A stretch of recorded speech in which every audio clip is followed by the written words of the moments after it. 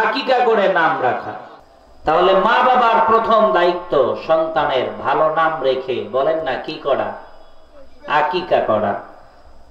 এরপরে এই সন্তান যখন আস্তে আস্তে কথা বলা শিখবে তখন মা বাবার হক হলো, মা বাবার দায়িত্ব সন্তানের হক হলো।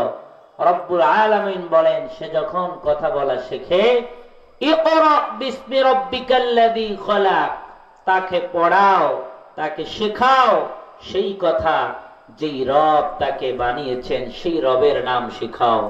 বলেন তো আমাদের যিনি বানানেওয়ালা তিনি কে? সন্দেহ আছে? আওয়াজ এত কম কেন? হ্যাঁ, একটু জোরে আওয়াজ দিয়ে বলেন আমাদের বানানেওয়ালা কে? আরো জোরে কে? সেই রবের নাম কোথায় শেখানো হয়? স্কুলে না মাদ্রাসায়? অনেকের বলতে লজ্জা হয়, তাই না? কারণ মুরব্বির প্রশংসা কি আর মুখ দিয়ে বের হয়? বলেন না রবের নাম কোথায় শেখানো হয়? স্কুলে না মাদ্রাসায়? হ্যাঁ, মাদ্রাসায় শেখানো হয়। আর স্কুলে মিথ্যা কথা শেখায়। কি হাট্টিমা ডিম ডিম, তারা কোথায় পারে ডিম? সব ঘোড়ার ডিম। ঘোড়ারও যেমন ডিম নাই, হাট্টিমা ডিম কোনো কিছু নাই। মা বাবা সন্তানকে এই শিক্ষা মিথ্যা যখন শুরুতেই দেয়, এ কারণেই অনেক সন্তানের হাতে মা হত্যা হয়, বাবা হত্যা হয়। এমন প্রমাণ আমার বাংলাদেশে বলেন আছে না নাই? কয়দিন আগে গাইবান্ধায় হলো না, সন্তানের হাতে মা জননী চিরবিদায় হয়ে চলে গেল। কেন যাবে না? আপনি তো আপনার সন্তানের হক আদায় করেননি। আপনার দায়িত্ব পালন করে আপনি যদি দ্বীনি শিক্ষা আপনার সন্তানকে দিতেন, পৃথিবীর ইতিহাসে আমার বাংলাদেশেও এমন কোন হাফেজ, এমন কোন আলেমের প্রমাণ পাওয়া যাবে না তার মাকে মারবে তো দূরের কথা, হত্যা করবে তো পরের কথা, মা বাবাকে গালি দেয় কিংবা মা বাবাকে অল্প অযথা কষ্ট দেয় এমন ইতিহাস, হত্যা তো পরে কোন আলেম ওলামার আপনাদের সমাজে আছে? তার মানে আছে মনে হয়, জোরে বলেন আছে। বড় বড় শিক্ষিত, তাদের দ্বারা মা নির্যাতিত, বাবা নির্যাতিত। যাদের কাছে মা বাবা নিরাপদ নয় তাদের কাছে রাষ্ট্র কিভাবে নিরাপদ হয়? রাষ্ট্রের জনগণ তাদের কাছে কিভাবে নিরাপদ হয়?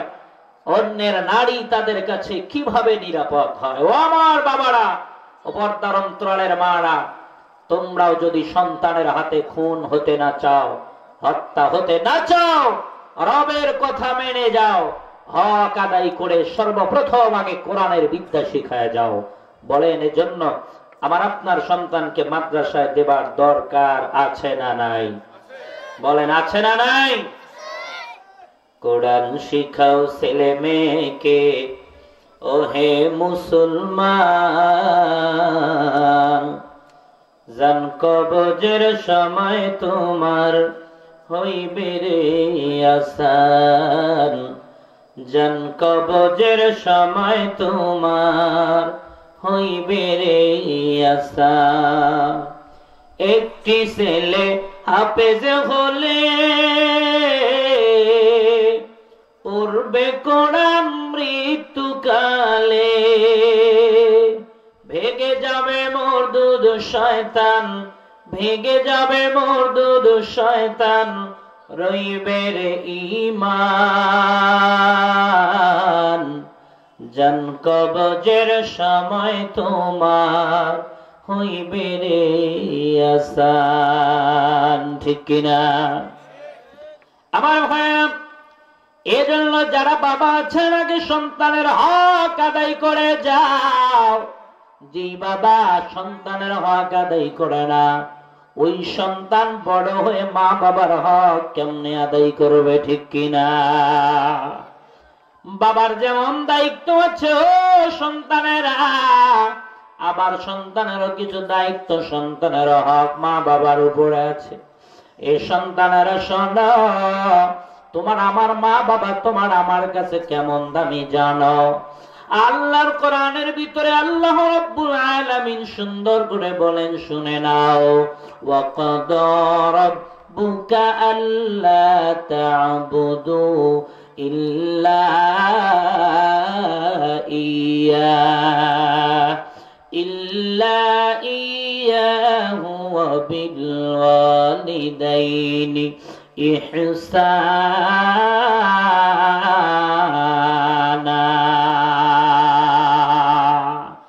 একটু জোরে আওয়াজ দিয়ে বলেন আল্লাহু আকবার। আল্লাহ রাব্বুল আলামিন বলেন আমি তোমাদেরকে অর্ডার করলাম ওয়াকাদা রাব্বুকা, তোমাদের রব তোমাদেরকে অর্ডার করেছে শোনো আল্লাহ তা'বুদু ইল্লা ইয়া, আল্লাহ ছাড়া আর কারো বন্দেগী করা যাবে না, আল্লাহ ছাড়া আর কারো ইবাদত করা যাবে না। তবে আল্লাহ বলেন শোনো ওয়া বিল ওয়ালিদাইনি ইহসানা, মা বাবার সাথে ভালো ব্যবহার করো। মা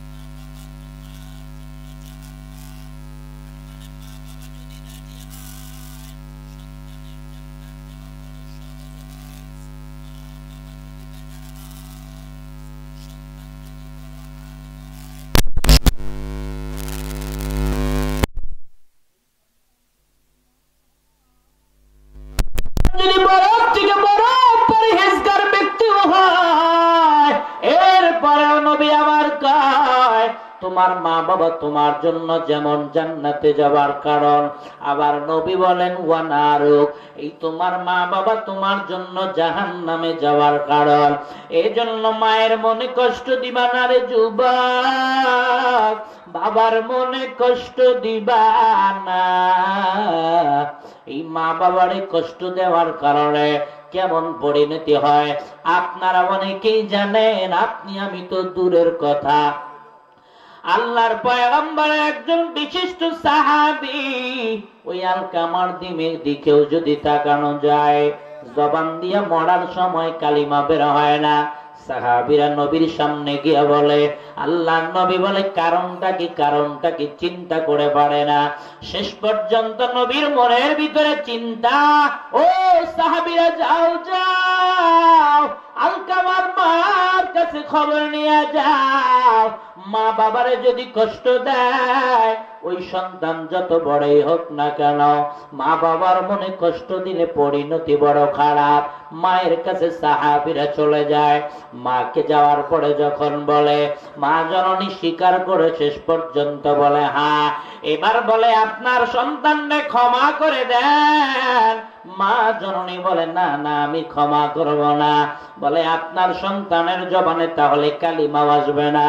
নবীর কাছে সাহাবীরা গিয়া যখন এই কথা বলে, মা জননী হবার পরেও সন্তানকে ক্ষমা করে না, আল্লাহর নবী আমার জানায় দেয় সাহাবীরা যাও আলকামার মাকে গিয়া জানা দাও, ক্ষমা যদি না দাও আগুন জ্বালায়া সন্তানরে পুরানো হবে। এই কথা যখন মায়ের কাছে গিয়া বলা হয়, মা জননী সঙ্গে সঙ্গে ক্ষমা করে দেয়। জবান দিয়া এবার কালিমা জারি হয়ে যায়। সুবহানাল্লাহ, আরো জোরে বলেন সুবহানাল্লাহ।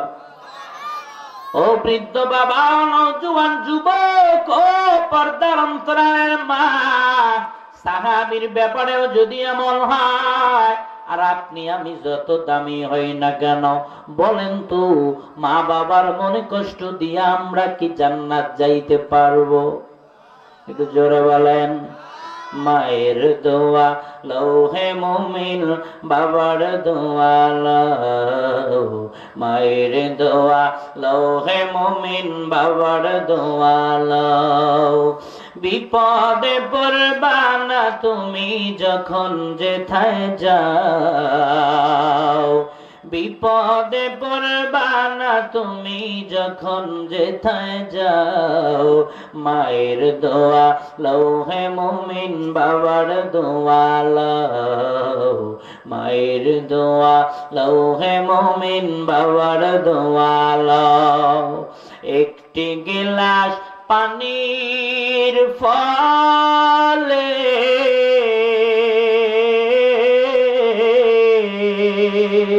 বাইজি দেরি কোলে তুলে হাত তুলে মা বলে বাইজি দেখে ওলি বানাও হাত তুলে মা বলে বাইজি দেখে ওলি বানাও মায়ের দোয়া লৌহে মুমিন বাবার দোয়া লও মায়ের দোয়া লৌহে মুমিন বাবার দোয়া লও বিপদে পড়বা না তুমি যখন যেথায় যাও বিপদে পড়বা না তুমি যখন যেথায় যাও মায়ের দোয়া লৌহে মুমিন বাবার দোয়া লও মায়ের দোয়া লৌহে মুমিন বাবার দোয়া লও মায়ের মনে কষ্ট দিবা না রে ভাই আমার মা নাই আমি জানি মার কত দাম যার বাবা নাই সে জানে বাবার কত দাম আজ গোটা বাংলার মানুষ আমার মায়া করে মহাব্বত করে এরপরে আমার কাছে মনে হয় গোটা বাংলার মায়া যদি এক পাল্লায় দেওয়া হয় আর আমার মায়ের একদিনের মায়া মহাব্বত যদি এক পাল্লায় দেওয়া হয় এরপরে আমার কাছে আমার মায়ের মহাব্বতের পাল্লাটাই ভারী হয় এই জন্য নওজোয়ান যুবক আগে বাবা হও এরপরে বাবার কদর বুঝবা ও যুবতী বল আগে মা হও এরপরে মায়ের কদর বুঝবা এজন্য বলি সন্তানেরা মা বাবার হক আদায় করো হক আদায় করে মা বাবার খেদমত করো যাদের জীবনে ভুল হয়ে গেছে যাও আজকে মাহফিল থেকে বাড়ি যাবার পরে মায়ের কাছে ক্ষমা চাও বাবার কাছে ক্ষমা চাও মা বাবার কাছে যদি ক্ষমা চাওয়া হয় ওই মা বাবা ক্ষমা করবে না তা হতে পারে না ঠিক কিনা এই জন্য মার কাছে যাও বাবার কাছে যাও তবে ক্ষমা যদি চাইতে হয় তিনটা জিনিস সামনে রেখে চিন্তা করে ক্ষমা চাইতে হয় এক নাম্বার ভদ্রতার সাথে ক্ষমা চাও দুই নাম্বার যেই কারণে ক্ষমা চাও ওইটা তুমি আগে নিজে লজ্জিত হও তিন নাম্বার যেই কারণে ক্ষমা চাও দৃঢ় প্রতিজ্ঞা করো ওই কারণ আর কোনোদিন মা বাবার সামনে প্রকাশ পাবে না ওই অপরাধ কোনোদিন আর মা বাবার সামনে করবা না এমন না করে যদি এমনি ক্ষমা চাও আশরাফ আলী থানভী রাহমাতুল্লাহি আলাইহি রচিত কিতাবের ভিতরে পাওয়া যায় আজ শুক্রবার চলে গেল বাংলার শতকরা 95% মসজিদের ভিতরে এই আশরাফ আলী থানভী রাহমাতুল্লাহি আলাইহি রচিত খুতবা পড়া হলো ওই খুতবার ভিতরে যার খুতবা আমরা পড়ি যার রচিত খুতবা তিনি ঘটনা উল্লেখ করেন এক আল্লাহর বান্দা ছিল মায়ের সাথে খারাপ ব্যবহার করেছে খারাপ ব্যবহার করার কারণে মা বাবা থেকে বাড়ি থেকে তাড়ায় দিয়েছে মাকে তাড়ায় দেওয়ার কারণে একদিন এক ইমামের কাছে বয়ান শুনেছে মা বাবা বেজার হলে জাহান্নাম হয়ে যায় মা বাবা বেজার হলে জান্নাত পাওয়া যায় না এবার চলে গেছে মায়ের কাছে গিয়া বলে মা তুমি আমার ভুল ত্রুটি গুলা তুমি আমারে ক্ষমা করে দাও মা বলে ক্ষমা করব কিন্তু এই ভুল কি আবার করবা সেটা পরে কিন্তু তুমি আগে ক্ষমা করো কারণ হুজুর বলছে তুমি ক্ষমা না করলে আমি জীবনে জান্নাতে যাব না ওই ছোট হালকা একটু গরম পানি দিয়েছি সকালে এখন রাত 9টা বাজে তাড়াতাড়ি দাও ও ভাই দেখেন তো একটা মাস্টার টাস্টার বলা যায় কিনা হালকা একটু জানি গলা টানতেছে বেশি মাইক লাগাইছে মনে হয় এইগুলো থাক না বাকিগুলো সব আমার ভাইরা তো বলছে মায়ের কাছে মা বলতেছে তাই? বলে হ্যাঁ তাই। বলে এত সহজেই কি মাফ করি নাকি আমি তোমারে? স্ত্রীর কথা শুনে তুমি আমারে বাড়ি থেকে তাড়ায় দিয়েছো, আর এত সহজেই মাফ চাচ্ছ আর আমি মাফ করে দিলাম, তা কি হয়? তাহলে তাই? হ্যাঁ তাই। তাহলে কি করতে হবে আমার জানা আছে। সন্তান বাড়ির দিকে রওনা হয়ে গেছে। বাড়ি থেকে এবার কুড়াল, চিনেন কুড়াল? খড়িচিরা কুড়াল। এক কুড়াল নিয়ে মায়ের মাথার উপরে ধরছে, কয় কুড়াল দিয়া মাথা ফাটাবি নাকি আমাকে মাফ করে দিবি? মা কয় যা, তোর জিন্দেগির সব মাফ করে দিয়েছি। তার মানে একটু আগে যে মার মারছিস রে বেটা, আবার যদি কুড়াল দিয়ে মাথা ফাটাই দিস তাহলে তো সব শেষ। বাড়ি থেকে না হয় বের হয়েছি, অন্য জায়গায় হলেও তো আসি, মাফ করে দিয়েছি। বলেন তো এই মাপ কি মাপ হবে? চাচারা বলেন না, একটু জোরে বলেন না। হবে? আরো জোরে হবে। এই কয়েকদিন আগে আমার এক বক্তা ভাই দিনাজপুরে এক মাহফিল থেকে আসার সময় চোর, চোর ডাকাত আছে না, ডাকাত ধরছে।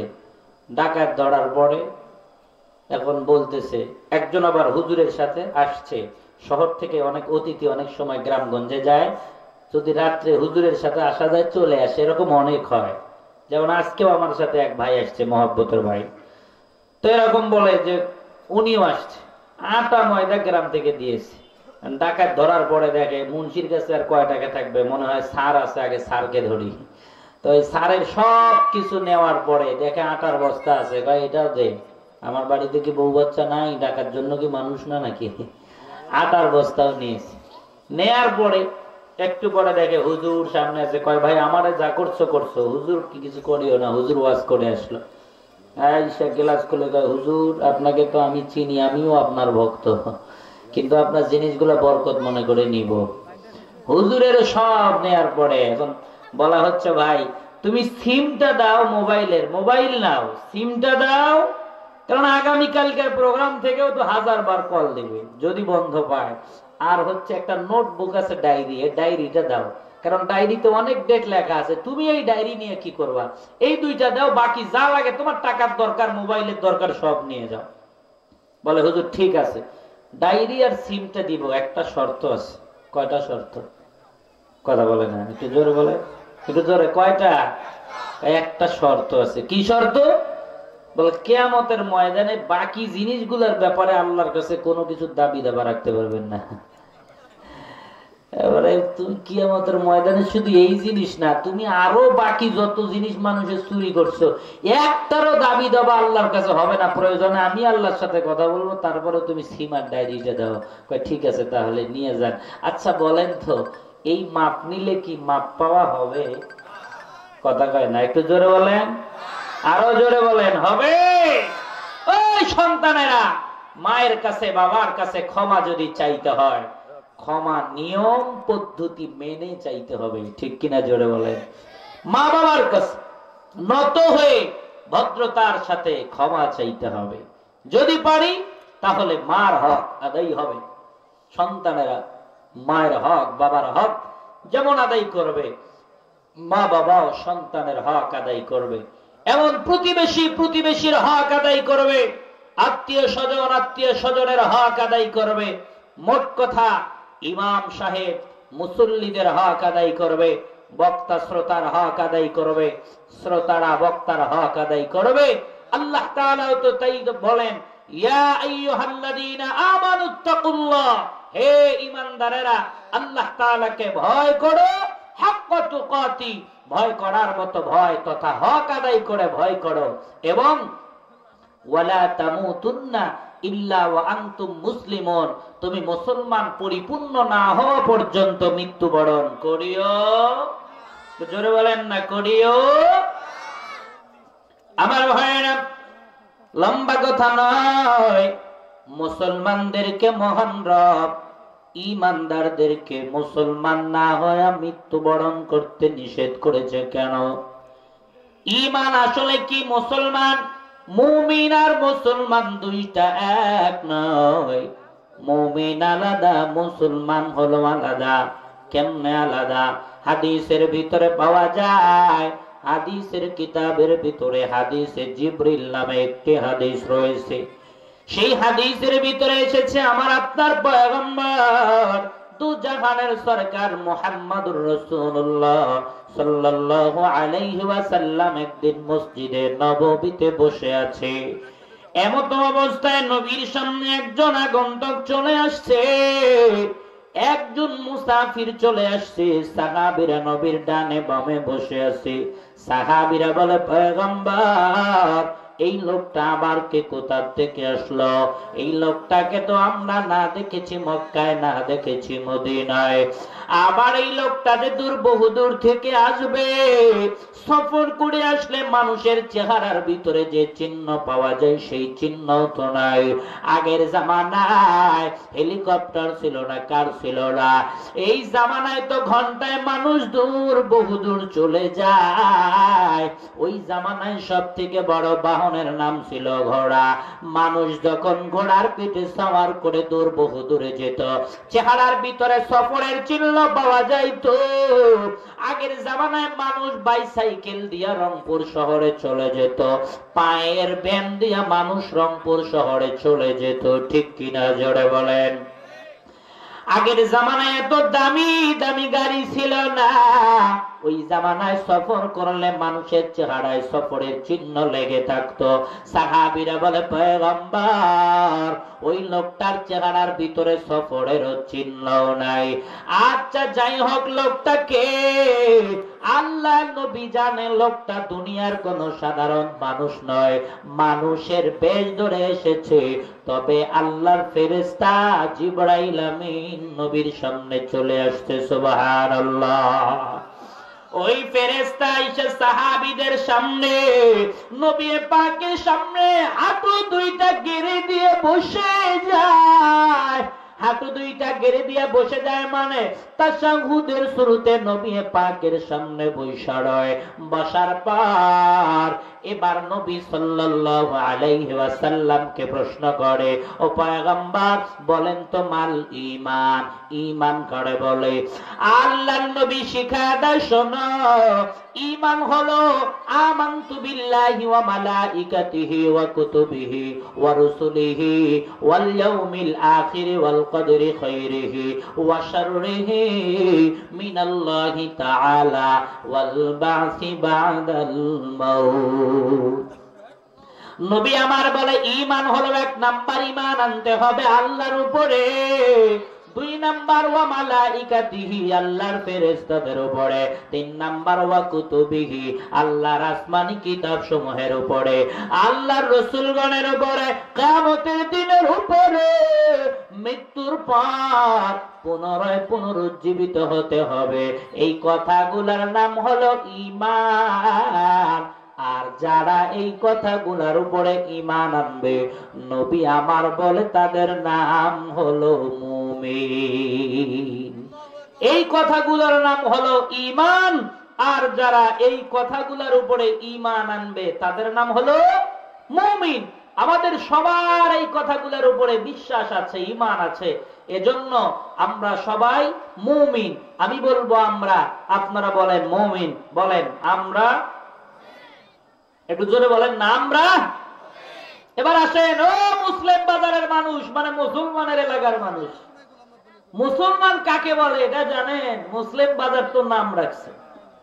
আজ আমি এই জন্যই আয়াত তেলাওয়াত করেছি। মুসলমান কারে বলে? এবার ওই ব্যক্তি আবার নবীজিকে বলতেছে, নবী ঈমান তো শিখলাম, এবার বলেন ওয়ামাল ইসলাম, ইসলাম কারে বলে? বলেন তো আমাদের ধর্মের নাম কি?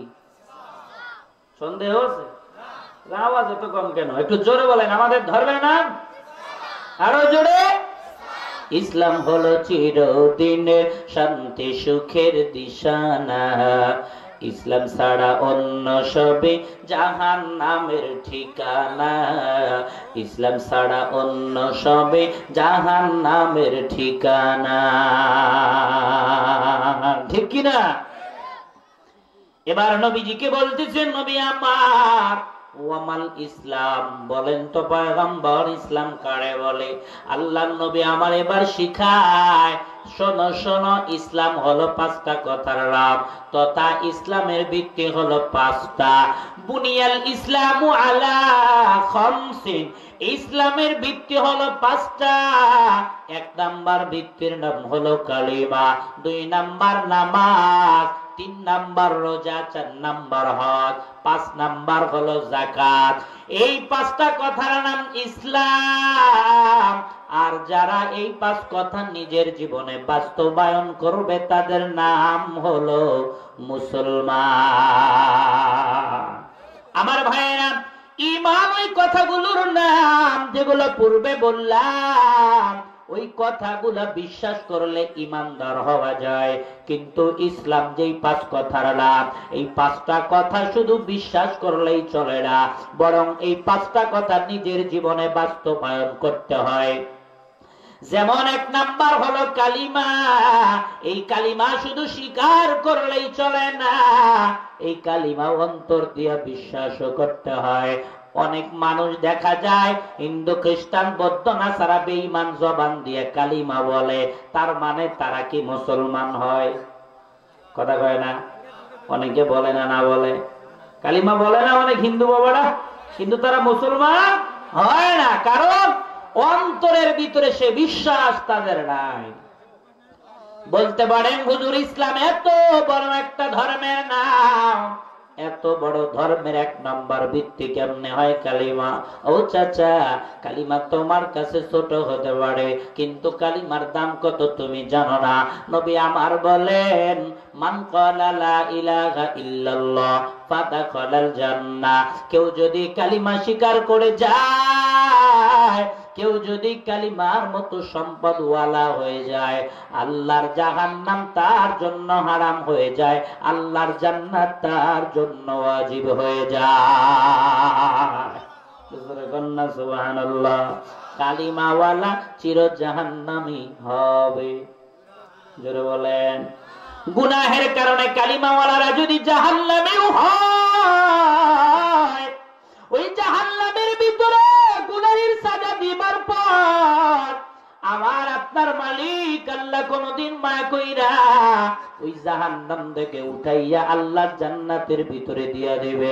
কিন্তু যারা বেঈমান, যাদের নাই ঈমান, কালিমার মতো সম্পদ যাদের নাই, ওই বেঈমানেরা যত ভালো কাজই করুক না কেন, আল্লাহর কোরআনে আল্লাহ বলে, শোনো, দুনিয়ার জমিনে ছোট্ট একটা সুইয়ের ছিদ্র দিয়া যেমন হাতি প্রবেশ করতে পারে না, বেঈমানেরাও কোনদিন আল্লাহর জান্নাতে প্রবেশ করতে পারবে না। কিন্তু যার কালিমা আছে সে চির জাহান্নামী হবে না, সে আল্লাহর জান্নাতে যাবেই যাবে, জান্নাতেই তার ঠিকানা। বলেন না সুবহানাল্লাহ। 2 নাম্বার ভিত্তির নাম হলো নামাজ। এই নামাজও আবার শুধু বিশ্বাস করলেই চলে না। অনেক মানুষ এমন পাওয়া যায় যারা বলে আমরা নামাজ মনে মনেই পড়ি, আবার কেউ তো বলে কিসের নামাজ, কালিমা কালাম ভাই কোন কিছুর দরকার নাই। এমন ভণ্ড বাংলায় আছে না নাই? এক কথা কয় না, একটু জোরে গান আছে না নাই?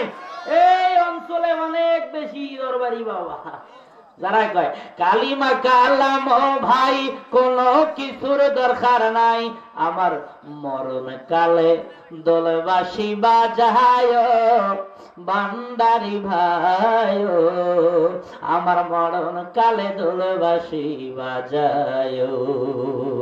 আছে না নাই? জোরে বলেন, আছে না নাই? আবার কেউ বলেন নামাজ আল্লাহ বলছে কায়েম করতে, আমরা মনে মনে কায়েম করি। আমি বলি ওই বাটপারদেরকে ধরে আপনাদের এই মুসলিম বাজারের মোড়ে গাছের সাথে কয়েকদিন বেঁধে রেখে বলবেন মনে মনে খা। ঠিক কিনা জোরে গান? মনে মনে খাইলে যেমন চলে না, মনে মনে নামাজ পড়লেও বাবা নামাজ হয় না। কারণ কি জানো? মানুষের দেহটা হলো মাটির তৈরি, তাই দেহের খাবার মাটি থেকে শাকসবজি, ধান, চাল যেগুলো হয়। আর মানুষের রূহ কেমনে হয়েছে জানো? দয়ার নবীকে আল্লাহ জানায়া দেয়, নবী আমার, কেউ যদি আপনাকে বলে রূহ কোথা থেকে আসছে, আপনি বলবেন কুলির রূহু মিন আমরি রব্বি, রূহু এটা রবের হুকুমে গঠিত। তাই দেহ যেহেতু মাটির তৈরি, দেহের খাবার মাটি থেকে উৎপাদনকৃত জিনিসগুলো, আর রূহ যেহেতু রবের হুকুমে গঠিত, তাই রূহের খাবার হলো রবের হুকুম মানার মাধ্যমে, ঠিক কিনা? এই জন্য 2 নম্বরে নামাজ আদায় করো। নামাজ, আজ অনেকেই নামাজ পড়ে না, আবার আপনার সমাজের মানুষ কিছুই মনে করে না, অথচ যার নামাজ নাই, বলেন তো তার কি ইসলাম আছে? জোরে বলেন। যার নামাজ নাই, আওয়াজ দিয়ে বলেন তার ইসলাম। জোরে বলেন। যার নামাজ নাই তার ইসলাম। আল্লাহর একজন পয়গম্বর ছিল, যিনি আল্লাহর সাথে কথা বলতেছিল, তার নাম হলো মুসা কালিমুল্লাহ। তিনি একদিন আল্লাহর সাথে কথা বলতে যায়, এমন সময় এক নারী তার সামনে চলে আসছে। আসার পরে বলতেছে, ও পয়গম্বর, আপনি তো আল্লাহর সাথে কথা বলতে যান, ঠিক আছে, তবে আজকে একটু আল্লাহরে আমার ব্যাপারে বলিয়েন তো যে আমাকে আল্লাহ মাফ করবে কিনা। কেন, তুমি কি অপরাধ করছো বলো? এটা তো বলা যাবে না। তোমার অপরাধের কথা বলা না গেলে আবারও তোমার ব্যাপারে আল্লাহকে কিছু বলা যাবে না। দুনিয়াতে সাদা কাগজে বাবার কাছে সাইন চাইলেও তো বাবা সাইন দেয় না, কারণ বাকি ভাইদের জমি যদি আবার জাল করে, এমন বদমাইশ মিঠা পুকুরে আছে না? না, কথা কয় না, একটু জোরে কন। তো নবীও বলে, তুমি যেহেতু বলবা না, আমিও বলবো না। এবার মহিলা বলে, নবী আমার, তাহলে বলছি। কয় বলো। অপরাধ হলো আমার 2টা। মহিলা বলতেছে, একটু জোরে বলেন, অপরাধ কয়টা? একটু জোরে বলেন না, কয়টা? 1 নাম্বার অপরাধ, আমি হলাম জানি, অর্থাৎ জেনা করেছি, জেনাকারিনী। 2 নাম্বার, আমি হলাম হত্যাকারিনী, আমার গর্ভ থেকে যে সন্তান জমিনে আসছে ওরে আবার হত্যা করে ফেলেছি। কয় কেন? এলাকার মানুষ যদি বলে ওর বাবাকে, আমি বলবো কি, এজন্য আমি হত্যা করেছি। আর এই জামানার বাংলাদেশে ওরে মাশাআল্লাহ, বাবা না থাকলে ও আবার মিডিয়ার সামনে গিয়া বলে, এর বাবা তো একজন আছে, সময় হলে বলা হবে, এখন বলা হবে না। বড় বড় নায়িকা, বড় বড় গায়িকা, অমুক তো অমুক, কথা কয় না? আছে না নাই? আছে না নাই? কয়ের বাবাকে সময় হলে বলবো, তার মানে ওই গাছের গোড়ায় একটা নয়, এটা কলম করা চারা, কথা কয় না? একটু জোরে কর। একটা হলে তো বলতো। তো মহিলা যখন এই কথা বলে, তবে মিঠা পুকুরে এমন মানুষ একটাও নাই। কি মায়েরা আছে নাকি আবার পর্দার আড়ালে? একটু জোরে কন, আছে না নাই? হায় রে নারী, কয়েকদিন আগে এখানে এসে বলে গেছি, আপনারা শুনছেন মনে হয়, আজকে আর বলবো না। হুজুর, মহিলাদেরকে এত কড়া কথা কইেন না, এজন্য আজকে আর বলবো না। আল্লাহ মাদেরকে সহি বুঝ দান করেন। জোরে বলেন আমিন। আরো জোরে বলেন আমিন। তো বলতেছে, সুকান সুকান, তুমি দূর হয়ে যাও, না জানি তোমার কারণে কোন গজব আমার উপরেও পড়ে যায়। নবী বলছে এই কথা। একটু পরে নবীর কাছে আল্লাহ তাআলা বার্তা পাঠায় দেয়, ও পয়গম্বর, আপনি যারে পাঠায় দিলেন কেন, কি অপরাধ তার? বলে, অপরাধ করেছে সে 2টা। 1 নাম্বার হলো সে জেনা করেছে, 2 নাম্বার হত্যা করেছে, এ কারণে আমি তাকে তাড়ায় দিয়েছি। নবী বলছে এই কথা। আল্লাহ বলে, নবী আমার, আপনি কি জানেন ওর থেকে বড় 1000 গুণে অপরাধী এই সমাজের ভিতরে হাজার হাজার বাস করে। নবী আমার বলে, আল্লাহ, এরা আবার কারা, কোথা থেকে আসলো এরা? এই যুবকেরা জানে না, জানে না, একটু জোরে গান না কেন? কয়েকদিন আগে কে যেন বললো, এরা কারা, কোথা থেকে এসেছে এরা? কাউকে বললো না, কথা কয় না কেন? একটু জোরে কয় না কেন? বলে না, বলে না, চিনেন না? এই জায়গায় খেলা হবে, এই খেলা হবে কইয়া 14 গোষ্ঠী সহ বিদায়ী, কথা কয় না? এখন আর খেলার মানুষ নাই। আসো, খেলা হবে, ফুটবলের মতো জাতি তোদেরকে নিয়ে শটায়া শটায়া খেলবে, কথা কন ঠিক কিনা? জাতি অপেক্ষা আছে। তো নবীও বলতেছে, আল্লাহ, এরা আবার কারা? এই মহিলার থেকেও 1000 গুণে বড় অপরাধী। এবার আল্লাহ জানায় দেয়, নবী আমার, এরা হলো তারা ইচ্ছাকৃত ভাবে 1 ওয়াক্ত নামাজ ছেড়ে দেয় যারা। ও মুসলিম বাজারের মানুষ, জেনা করলে জেনাকারী মনে করি, সুদ খাইলে সুদখোর মনে করি, ঘুষ খাইলে ঘুষখোর মনে করি, কিন্তু যে নামাজ পড়ে না তারে আপনি আমি এই সমাজে কিছুই মনে করি না, কথা বলেন ঠিক কিনা? এজন্য বলেন নামাজ পড়ার দরকার আছে না নাই? আছে না নাই? তাহলে যেই মুসলমান নামাজ পড়ে না ও মুসলমান হতে পারে? কথা বলে না, হতে পারে? নামাজ শুধু বিশ্বাস করলেই চলে না, ঈমান বিশ্বাস করলেই চলে, আর ইসলাম মানতে হয়। ঠিক তেমনি হজ্জে বাইতুল্লাহ, হজ কোটি কোটি টাকা দিয়ে মসজিদ বানায় দিলেও হবে না যদি কারো সামর্থ্য আর শক্তি থাকে হজ না করতে যায়। কথা বলেন ঠিক কিনা? হজ্জে বাইতুল্লাহ করতেই হবে। যাকাত, যাকাতও দিতে হবে, যত পরহেজগার ব্যক্তি হোক না কেন। যাকাত যদি কেউ আদায় না করে, যার যাকাত নাই তার ইসলাম নাই। ঠিক তেমনি রোজা, অনেক বড় লোক বাবারা কয় 2, 4, 5, 10টা মসজিদের ভিতরে ইমাম সাহেবদেরকে ভাগ দিব, কিন্তু রোজা থাকবো না। কচু, তোমার খাওয়ানো কিছুই হবে না, রোজা রাখতেই হবে দেহ যদি ঠিক থাকে। টাকা দিয়া হুকুম মানা যায়? যদি বলে না মানা যায়। এজন্য যার রোজা নাই তার ইসলাম নাই। মোট কথা এই 5টা কথার নাম হলো ইসলাম। এই 5টা কথা শুধু বিশ্বাস করলেই চলে না, নিজের জীবনে বাস্তবায়ন করতে হয়। আর এই 5 কথা যাদের জীবনে বাস্তবায়ন নাই তাদের মুসলমানের খাতায় কোনো নাম নাই, তারা মুমিন হতে পারে। এবার বলেন তো, মুমিন আর মুসলমান এক না আলাদা? তাহলে সমাজে মুমিন বেশি না মুসলমান বেশি? এই যে আজকে মোর ঘুরে গেছে না, এই মুসলিম বাজারের মানুষ, মুমিন বাজার নাম রাখবেন যদি নামাজ না পড়েন, রোজা যদি না করেন মুমিন বাজার নাম রাখবেন, মুসলিম বাজার রাখা যাবে না। একটু জোরে বলেন, তাহলে আমার আপনার সমাজে মুমিন বেশি না মুসলমান বেশি? কথা কয় না, একটু জোরে গান। মুমিন বেশি। যার নামাজ নাই, রোজা নাই, হজ নাই, যাকাত নাই, মুসলমানের খাতায় তার নাম নাই। এজন্য আমার ভাইয়েরা, শুধু মুমিন হলেও চলবে না, শুধু মুসলমান হলেও চলবে না। চলবে তাহলে কি করলে? আমাদেরকে হতে হবে মুমিন মুসলমান। ঠিক কিনা জোরে বলেন? মুমিন হতে হবে, বিশ্বাসও রাখতে হবে, এগুলোর উপর আমলও করতে হবে। মুমিন মুসলমান হয়ে যদি আমরা মরতে পারি তাহলে ফায়দা আছে, অন্যথায় কবর আমার আপনার জন্য বড় কঠিন হয়ে দাঁড়াবে। আমার ভাইয়েরা, এই মাহফিল হয়েছে, আপনারা তাতে খুশি না বেজার? জোরে বলেন, কম না বেশি? এই মাদ্রাসা হয়েছে তাতে আপনারা খুশি না বেজার? ভাড়াই ছিল, জায়গা জমির ব্যবস্থা হয়ে যাচ্ছে আমি শুনেছি, আলহামদুলিল্লাহ। অনেক মাদ্রাসার স্টুডেন্ট আগামীতে আরো হবে, জায়গা দিতে পারে না। এটা আপনাদের এলাকার জন্য বড় একটা সৌভাগ্যের ব্যাপার। এখানে যদি কোরআনের আওয়াজ হয়, যাদের কানে কোরআনের আওয়াজ যাবে, কোরআনের তেলাওয়াতের কারণে অত্র এলাকার কবরবাসীরা জাহান্নাম থেকে মুক্তি পাবে, জান্নাতি হবে। এজন্য আপনাদের বড়ই সৌভাগ্য যে এখানে বিশাল এক মাদ্রাসা হতে যাচ্ছে।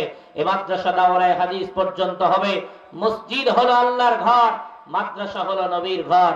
ও আমার চাচা, দুনিয়ার ঘর বাড়ি কোটি টাকা দিয়ে বানাইলেও এই ঘর বরার সাথেই আমার আপনার জন্য হয়ে যায় পর।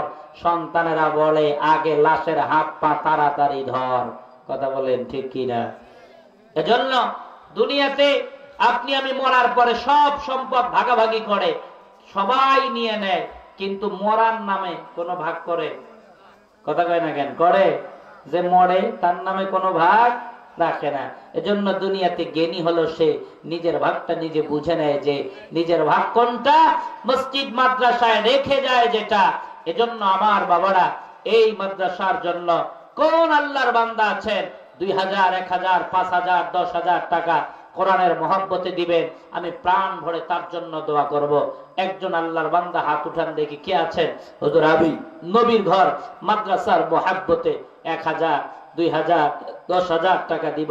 কোন আল্লাহর বান্দা আছেন? একজন হাত উঠান, আমি প্রাণ ভরে তার জন্য দোয়া করব।